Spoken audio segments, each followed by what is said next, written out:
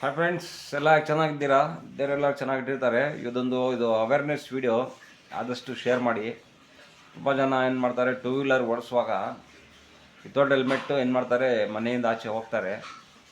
ಈಗ ಏನಾಗಿದೆ, ಪ್ರತಿಯೊಂದು ಕಡೆಯೂ ಸಿ ಸಿ ಕ್ಯಾಮ್ರಾಗಳು ಐತೆ. ಕ್ಯಾಮ್ರಾದಲ್ಲಿ ಫಸ್ಟ್ ಆಫ್ ಆಲ್ ಕ್ಯಾಚ್ ಆಗುತ್ತೆ, ಒಂದು ನಿಮ್ಮ ಗಾಡಿ ಕೇಸ್ ಬೀಳುತ್ತೆ. ನೆಕ್ಸ್ಟ್ ನೀವು ಎಲ್ಲರೂ ಪೊಲೀಸ್ ಕೇಳಿ ಸಿಕ್ಕಿದಾಗ ಏನಾಗುತ್ತೆ ಹೇಳಿ, ನಿಮಗೆ ಆ ಕೇಸ್ನ ನೀವು ಫಿಲ್ ಮಾಡಬೇಕು. ಅದೇ ಥರ ನೀವು ಚಿಕ್ಕ ಮಕ್ಳಿಗೆ ಕುಣಿಸ್ಕೊಂಡು ಬೈಕಲ್ಲಿ ಹಿಂದೆ ನೀವು ಹೆಲ್ಮೆಟ್ ಹಾಕಿರ್ತೀರ, ಬಟ್ ಆ ಮಗು ಹೆಲ್ಮೆಟ್ ಹಾಕಿರಲ್ಲ.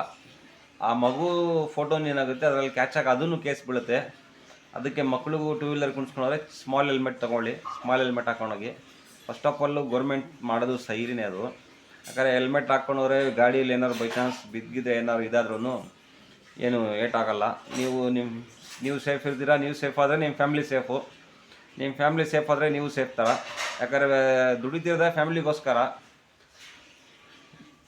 ಈಗ ನಾವು ದುಡ್ದೇ ಇಲ್ಲ, ಫ್ಯಾಮ್ಲಿನೇ ಇಲ್ಲ ಅಂದರೆ ಪ್ರಯೋಜನ ಇಲ್ಲ. ಕಷ್ಟಪಡ್ತಿರೋದು ಬೆಳಗ್ಗೆ ಹಗಲು ರಾತ್ರಿ ಮಳೆ ಚಳಿಲೆಲ್ಲ ಫ್ಯಾಮ್ಲಿಗೋಸ್ಕರನೇ. ಈಗ ಫ್ಯಾಮ್ಲಿಗೆ ಸೇಫ್ ಮಾಡಿಲ್ಲ ಅಂದರೆ ನಾವು ಸೇಫ್ ಆದರೆ ಫ್ಯಾಮ್ಲಿ ಸೇಫ್ ಆಗೋದು. ಅದಕ್ಕೋಸ್ಕರ ಆದಷ್ಟು ಹೆಲ್ಮೆಟ್ ಹಾಕ್ಕೊಂಡೋಗಿ. ಈಗ ಮೊನ್ನೆ ನೋಡಿದೆ ಒಂದು ಸ್ಟೋರಿ, 40,000 ರೂಪಾಯಿ ಗಾಡಿ, ಅದು 2 ಲಕ್ಷ ಫೈನ್ ಬಿದ್ದಿತ್ತಂತೆ ವಿತೌಟ್ ಹೆಲ್ಮೆಟ್. ರೋಡು ಅಲ್ಲಿ ಇಲ್ಲಿ ತಿರುಗಾಡಿ ಎಲ್ಲ ಕ್ಯಾಮ್ರಾದಲ್ಲಿ ಕ್ಯಾಚ್ ಆಗಿ.